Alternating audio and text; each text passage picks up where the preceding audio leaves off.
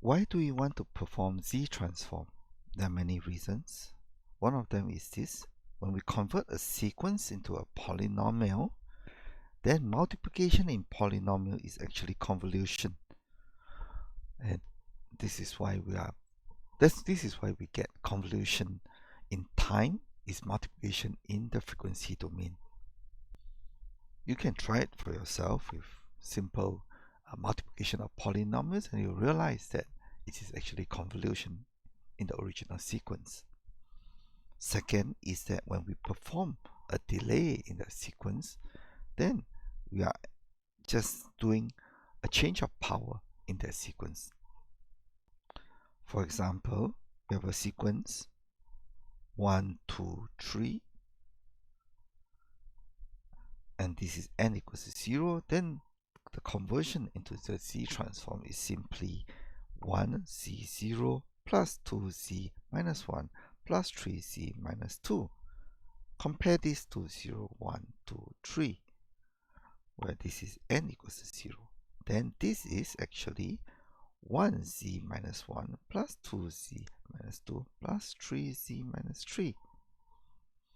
So if you compare the powers of z, then we are just changing the power by, actually it is z minus 1 times the original 1 z0 minus 1 plus 3z minus 2.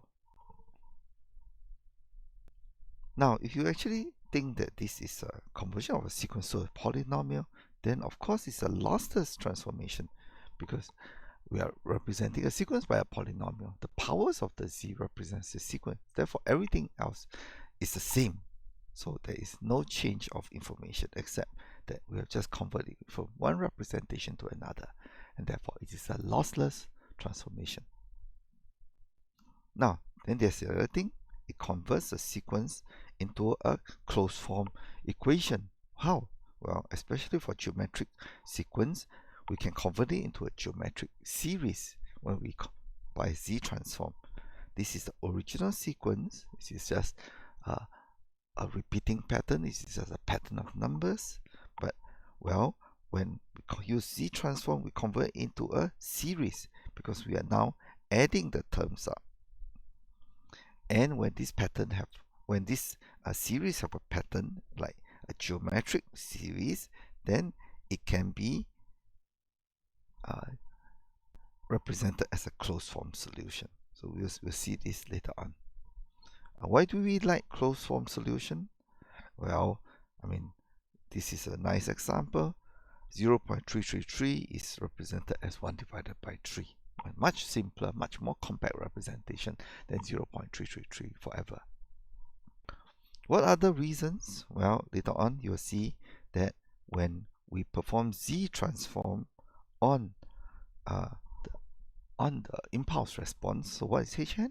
Hn is, this is Hn, so we send an impulse, so this is delta n, and then out comes y of n. Y of n is delta of n convolved with h of n, and remember delta of n is an impulse. When it convolves with h of n, we give you h of n. So h of n is the impulse response. The Z-transform of the h of n is very special. It is called the transfer function. And what is the transfer function? What is it? H of z is actually a surface. So we'll see it later on, but I'll show it to you now. What does the surface look like? So this is the real part of z. This is the imaginary part of z. This is the 0. This is where the origin is. This is the imaginary part of z. And in the vertical axis, it is h of z. In this case, I'm plotting the magnitude or the log magnitude in this example. Now, 20 log. Now, so once you have h, to get h of z, you plot the h of z in the entire z plane. So this is the entire z plane below. And for every value, you'll get h of z.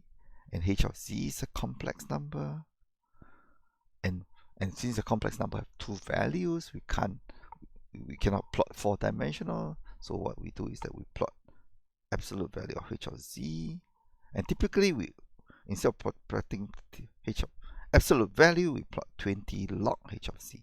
So this is in the decibel format. So this example is we're plotting the 20 log h of z over here. And you see that it is a surface, magnitude surface in the log scale. And it will rise to infinity somewhere when there's a pole. And when they have 0, it will go down to 0. Okay, now with this surface, we can study where the peaks are and where the valleys are, and it will tell us the stability. Okay, and we can even guess the response when we have plotted the pole and 0 diagram or the h of z. Okay, and finally, when we convert h of t to h of z, or when we convert x of n to x of z, we can use the Z-transform properties. We can guess the initial value, guess the final value, perform delay, manipulate difference equations, just like the Laplace transform, which converts differential equations to algebraic one. So here we convert difference equations to algebraic equations, and we can manipulate them. Okay, and multiplication, of course, multiplication in the Z domain is convolution in the time domain.